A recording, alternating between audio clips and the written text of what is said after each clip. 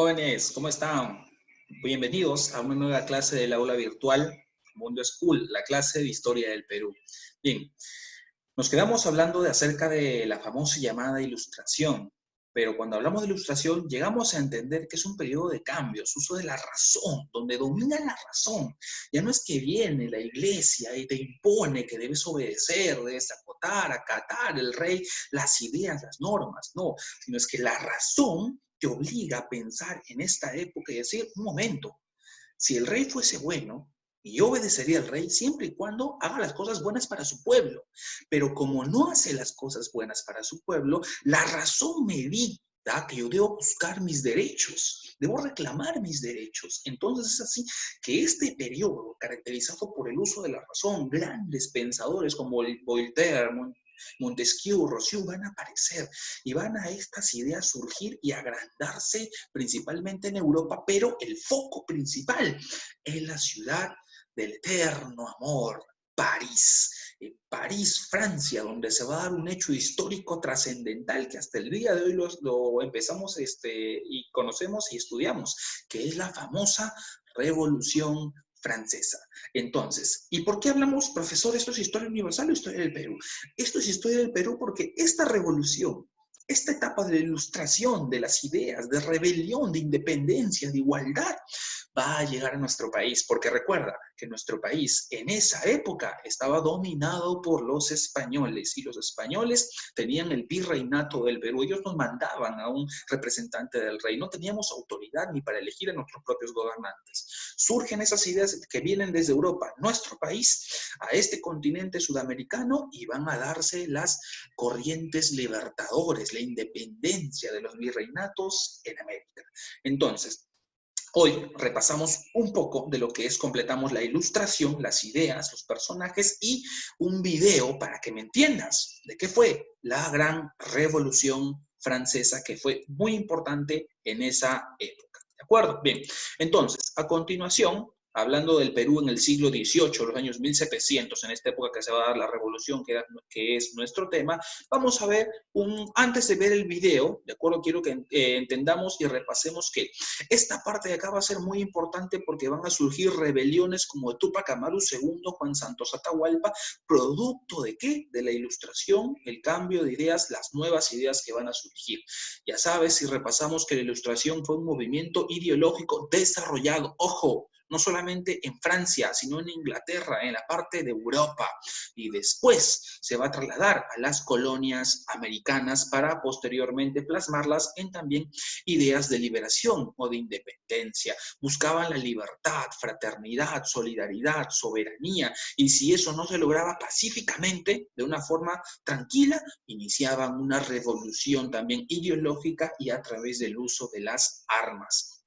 No te olvides, la ilustración también se le llama o se le conoce como el siglo de las luces, porque va a aparecer nuevas cosas, va a surgir un alumbramiento a toda la parte del mundo en el uso de la razón y no dejarse dominar. Y también no te olvides que en esta época, como dice acá, el absolutismo real, ¿qué significa? Que la realeza y el clero, la iglesia, tienen todo el control y el poder del pueblo y del Estado, del país, del imperio. Por eso es que en esta época tienen mucho control, pero cuando, ojo, eso lo estamos viendo y lo vamos a ver nuevamente, cuando el pueblo, cuando el ser humano piensa, cuando el ser humano razona, puede llegar a muchas cosas, a grandes cosas y a superarse incluso a sí mismo. Y esto va a desencadenar que la realeza, la nobleza tengan todo el poder, supriman al pueblo, les den miserias, no les den buena alimentación, buenos tratos, en una revolución más adelante, como pasó en Francia en el gobierno de Luis XVI, este monarca absolutista que no consideraba a su pueblo, y por lo tanto van a aparecer personajes filosóficos como Montesquieu, Voltaire y Rousseau que van a brindar las ideas de esta llamada ilustración que va a desencadenar más adelante. ¿En qué? En grandes revoluciones. Las consecuencias no solamente son revoluciones, como dice acá, avances tecnológicos, aparecen maquinarias y las industrias, la máquina a vapor, el barco a vapor, la primera revolución industrial también. Aparecen los avances científicos en la medicina, astronomía y en matemáticas también. Se difunden las ideas de ilustración, estos movimientos revolucionarios también a la parte de América, y se desarrolla el capitalismo y liberalismo económico. ¿Producto de qué? De que se independiza un país va a nacer. En la parte de Estados Unidos, no creas que siempre fue libre, sino que eso fue una colonia británica. Los ingleses controlaban todo eso, eran 13 colonias, que cuando llega la ilustración se cansan de todo esto y van a generar su propia independencia. Para Inglaterra era algo muy fuerte que las 13 colonias se liberen porque tenían trigo, arroz, el tabaco y todo esto que servían la economía inglesa, esclavos también. Entonces, que el escape de estas 13 colonias era fatal. Se inició la guerra de independencia, ¿de acuerdo? Se van a independizar todas las 13 colonias con George Washington a la cabeza y finalmente, como aquí menciona, a ver, como aquí les muestro la independencia con la guerra de independencia con George Washington, aparecen sus primeras banderas, miren acá, luchan en contra de los llamados casacas rojas, los ingleses, y así George Washington y sus generales llevan al pueblo a la propia libertad, a la llamada independencia. Se firma el Acta de Independencia de los Estados Unidos, que es redactado por primera vez en esa época, en 1778, y esta estipula que la nueva nación ya no se llama las 13 colonias, ya no es una colonia británica, sino que ahora en adelante es los Estados Unidos de Norteamérica. Entonces, como vemos, ese tipo de revoluciones va a desencadenar también, de acuerdo en la parte de América, y sobre todo, ahí está el Acta de Independencia en 1776, pero que oficialmente ya va a salir en 1778 el documento, ¿no? La libertad, felicidad de todos, los derechos de todos, la soberanía popular, ya no va a haber un solo monarca. ¿Y esto por qué se dio? Por esto, jóvenes. Mira lo que pasaba en Francia. Los nobles tenían el 35% de la tierra, más que el pueblo. Mira, no pagaban impuestos. Quienes pagaban impuestos hasta el último, hasta de lo que no tenían, eran prácticamente el pueblo, algo muy abusivo. Y ellos simplemente ocupaban los cargos públicos. Los burgueses poseían también el 35% de la tierra. ¿Qué es un burgués, profesor? Es uno de una familia acomodada, es una familia que tiene dinero en esta época, grandes comerciantes. Ellos sí pagaban impuestos, ¿de acuerdo? Y ellos son los que se van a unir con el pueblo, van a asusar al pueblo para iniciar la revolución. Pero, profesor, acá dice que eran propietarios de grandes negocios. Sí, sí eran de grandes negocios, pero mucho le cobraban en impuestos y por eso es que se van a unir con el pueblo también. Campesinos y artesanos, solo pequeñas parcelas tenían y encima pagaban impuestos a la nobleza y a la iglesia, el clero, para mantener a estos vagos, de acuerdo a la parte del rey y su séquito. Entonces, por todo eso, se va a dar la caída del antiguo régimen con la caída de Luis XVI y la llamada Revolución Francesa, para lo cual les voy a mostrar un video acerca de esta llamada Revolución Francesa que fue muy importante en Europa y posteriormente las ideas en América. El antiguo régimen, para acabar instaurándose un nuevo régimen donde la burguesía, apoyada en ocasiones por las masas populares, se convirtió en la fuerza política dominante. Veamos los detonantes que iniciaron esta revolución. Siglo XVIII. Nos hallamos en Francia. La corriente de pensamiento vigente es el pensamiento ilustrado. Las ideas de gente como Voltaire, Rousseau, Montesquieu han hecho mella en la sociedad. Sostenían que el conocimiento humano podía combatir la ignorancia, la superstición y la tiranía para construir un mundo mejor. Este tipo de pensamiento se expandió a través de reuniones realizadas en casas de gente adinerada, en las que participaban intelectuales y se hablaba de filosofía, política y literatura.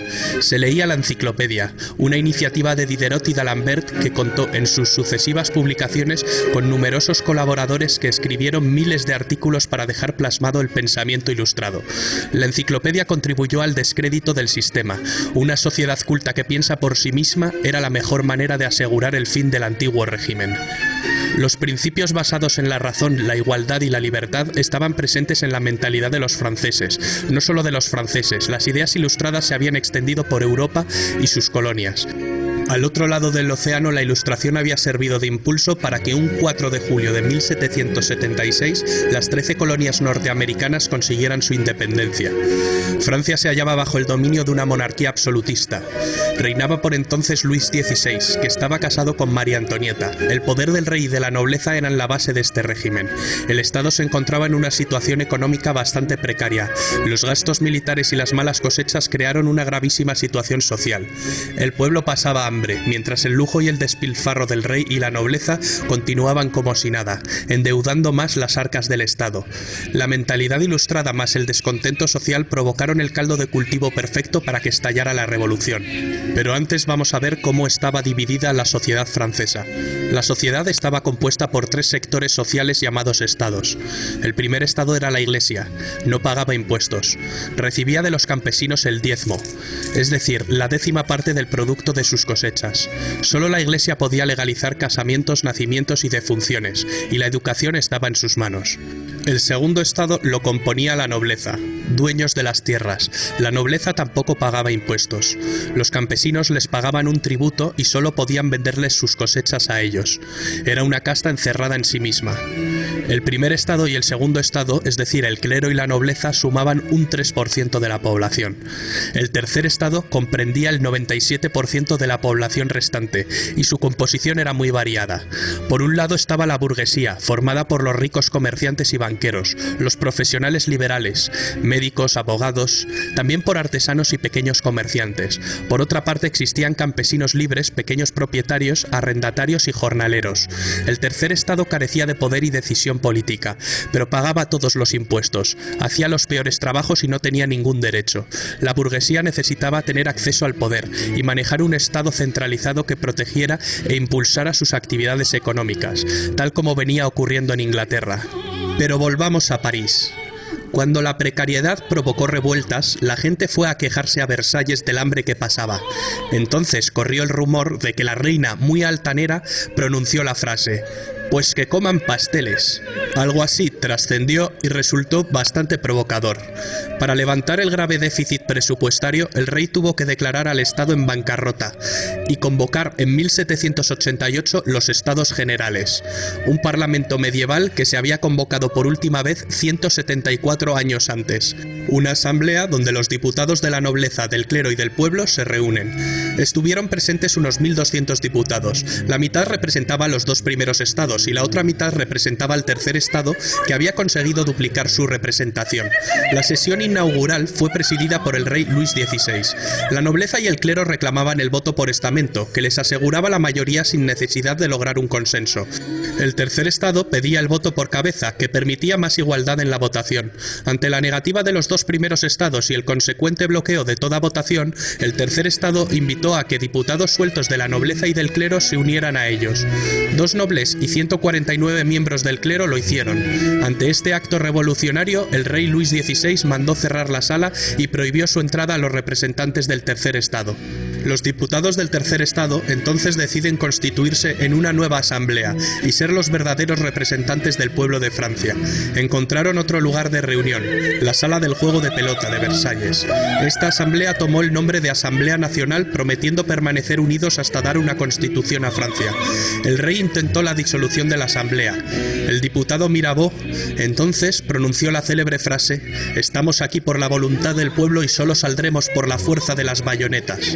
El 14 de julio, el pueblo de París respaldó en las calles a sus representantes y ante el temor de que las tropas reales los detuvieran, asaltaron la fortaleza de la Bastilla, símbolo del absolutismo monárquico, pero también punto estratégico del plan de represión de Luis XVI, pues sus cañones apuntaban a los barrios obreros. Tras 4 horas de combate, los insurgentes tomaron la prisión. Retornando al ayuntamiento, la multitud acusó al gobernador de la prisión de traición. Le apuñalaron y recibió un balazo que lo mató. Su cabeza fue cortada y exhibida en la ciudad clavada en una pica, naciendo desde entonces la costumbre de pasear en una pica las cabezas de los decapitados, algo que se volvió muy común durante la Revolución. La toma de la Bastilla dio a los radicales y al pueblo de París mucha confianza en sí mismos, lo que tuvo su expresión en la prensa. Jean-Paul Marat, un médico que fundó un periódico de enorme éxito, se convirtió en la voz de la Revolución y en una especie de líder del proletariado con su continua hostigación a los ricos. El rey acabó cediendo e invitó a la nobleza y al clero clero a que se unieran a la nueva Asamblea Nacional. La Asamblea adoptó el nombre de Asamblea Constituyente. Entre las labores que llevaría a cabo la Asamblea Constituyente destacan la aprobación de la Declaración de los Derechos del Hombre y del Ciudadano, la supresión del feudalismo, la apropiación de los bienes de la Iglesia, la constitución civil del clero, la libertad de prensa y, por supuesto, la redacción de una constitución. En esta asamblea se sentaban a la derecha los que defendían una monarquía parlamentaria. A la izquierda, partidarios de una república, se sentaban los que representaban los intereses de las clases medias y populares. Así nace la definición ideológica del concepto entre ser de derechas o de izquierdas. A finales del mes de septiembre de 1789, en París circulaba el rumor de que el rey estaba formando sus tropas, y los periodistas, con Marat a la cabeza, azuzaron a la gente con el fin de que reaccionase. La gente marchó a Versalles, acampó, organizó revueltas a las afueras de Palacio e incluso un grupo de mujeres entró en Palacio y decapitó a miembros de la Guardia Real. Después exigieron al rey que trasladara su residencia de Versalles a París, y así lo hizo. Una gran multitud desfiló a París y el rey tuvo que alojarse en el Palacio de las Tullerías. Era una manera de tenerle más controlado y poder someterlo a la voluntad popular. La Asamblea Constituyente, que trasladó también su cámara a París, consigue aprobar la Constitución en 1791. Francia funcionaría como una monarquía constitucional. La Constitución establece que la soberanía reside en la nación y ya no en el rey. Al rey no le queda otra que aceptar la Constitución. Con su poder enormemente debilitado, el rey empieza a pergeñar un plan para recuperar su poder. Sabe que solo puede hacer esto con la ayuda de un ejército extranjero. Su plan es escapar de las Tullerías para alcanzar la frontera más cercana. El rey y la reina se disfrazan de criados y escapan durante la noche. Cuando están a punto de alcanzar la frontera con Austria, su plan fracasa. Les descubren y les apresan. En este momento, el doctor Guillotin había propuesto un sofisticado método de decapitación que presenta a la asamblea. El periodista Marat, entusiasmado con este artefacto, apoda al aparato guillotina. Acabará teniendo un papel muy importante. Con los reyes presos y por miedo a un ataque inminente, la asamblea se anticipa y declara la guerra a Austria, el país de la familia de María Antonieta. Pronto Prusia se une a Austria. El 10 de agosto de 1792, las masas asaltaron el Palacio de las Tullerías y la Asamblea Legislativa suspendió las funciones constitucionales al rey. La Asamblea acabó convocando elecciones con el objetivo de configurar por sufragio universal un nuevo parlamento que recibiría el nombre de Convención Nacional. Aumentaba la tensión política y social en Francia, que además se encontraba en guerra e iba cediendo territorios ante sus enemigos. El nuevo parlamento elegido, compuesto fundamentalmente por los jacobinos con Robespierre a la cabeza y los girondinos de corte más moderado, deciden abolir la monarquía y proclamar la república. Abren un juicio al rey por traición que finalmente es condenado a muerte. Muere ejecutado en la guillotina. La reina María Antonieta acabaría corriendo la misma suerte y sería ejecutada más adelante. La revolución se había radicalizado. Durante este periodo se produjo el ajuste de cuentas entre los jacobinos radicales y los girondinos moderados. El sanguinario Marat arremete en su periódico contra los moderados y publica listas de supuestos traidores a la revolución. Esto acabaría con Marat asesinado mientras se daba un baño en su casa. La consecuencia, Marat se convirtió en un mártir, en una leyenda de los radicales. La Convención Nacional redactó una nueva constitución. Creó también un nuevo calendario, según el cual el año 1792 se convertiría en el año 1 de su nueva era. Cambiaron los nombres de los meses, floreal, brumario, germinal. Se quitó la semana con el fin de suprimir las connotaciones religiosas del domingo y cada mes se dividiría en 3 periodos de 10 días. Los grandes oradores Robespierre y Danton son las figuras revolucionarias que cobraron más protagonismo en este momento. El poder legislativo de la nueva república estuvo a cargo de la Convención, mientras que el poder ejecutivo recayó sobre un órgano de nueva creación, el Comité de Salvación Pública, con el fin de salvaguardar la república. Este órgano cayó bajo el mando del jacobino Robespierre. Los jacobinos desataron lo que se denominó el Reinado del Terror, entre 1793 y 1794, una especie de dictadura jacobina. El experimento republicano francés acabó evolucionando en un régimen terrorista. Entre 10.000 y 40.000 personas fueron guillotinadas ante acusaciones de actividades contrarrevolucionarias. Los inclementes responsables del terror sirvieron mal a los ideales que decían defender. Sacerdotes y miembros de la nobleza fueron guillotinados. Mientras tanto, en la guerra en la frontera, un joven general está comenzando a ganar algunas batallas para la República Francesa. Se llama Napoleón Bonaparte, pero en el interior una rebelión que llegó a convertirse en una verdadera guerra civil enfrentó a los partidarios de la Revolución Francesa y a los contrarrevolucionarios. Se denominó la Guerra de la Vendée. La locura colectiva hizo que los propios líderes revolucionarios corrieran la misma suerte al ser acusados y condenados por celos de sus rivales o por aspirar a una dictadura personal. Robespierre propone más terror como un camino hacia la virtud. Danton, sin embargo, cree que es el momento de acabar con el terror. Consecuencia, guillotinan a Danton. Aumenta el número de ejecuciones, lo que se conoce como el Gran Terror. La locura de Robespierre solo podía acabar de una manera, con su cabeza cortada en la guillotina. Con la caída de Robespierre acabó el terror, pero no la revolución.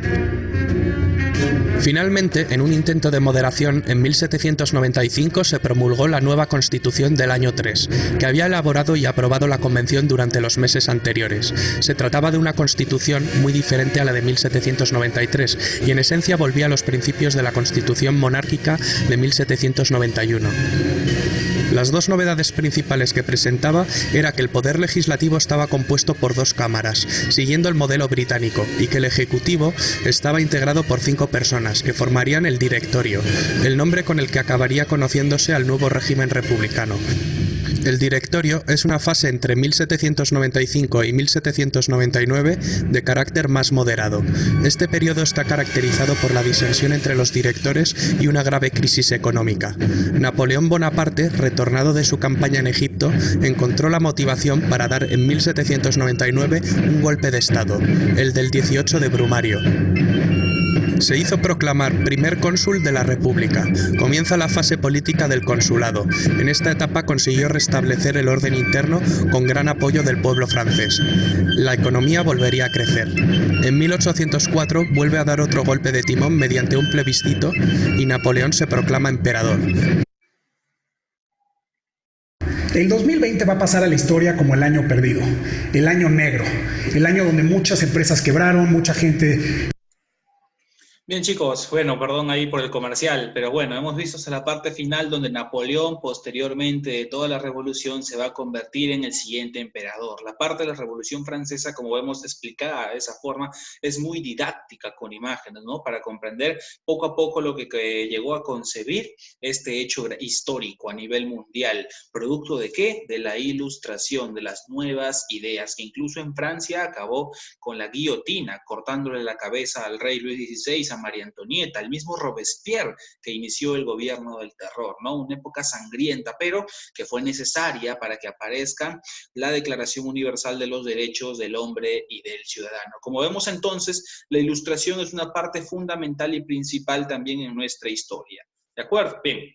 En esta parte, como vemos también aquí, también estamos con la Revolución Industrial. Las primeras máquinas, la tecnología que empieza a aparecer en esta época también. O sea, la ilustración y siglo de las luces no solamente es revolución, sino son nuevos avances también, sobre todo tecnológicos, en esta época que surge producto de la llamada ilustración. Entonces, como vemos en este aspecto, va a surgir también el despotismo ilustrado, quienes critican a la ilustración, y la ilustración, los ilustrados, quienes defienden este siglo de las luces, o la llamada ilustración a la vez. Bien, espero que hayan comprendido el tema del reforzamiento de las ideas de la ilustración, y estas ideas van a llegar a América, como les decía. Más adelante surge la lucha por la independencia de nuestro país y de muchos países en América del Sur en contra de España.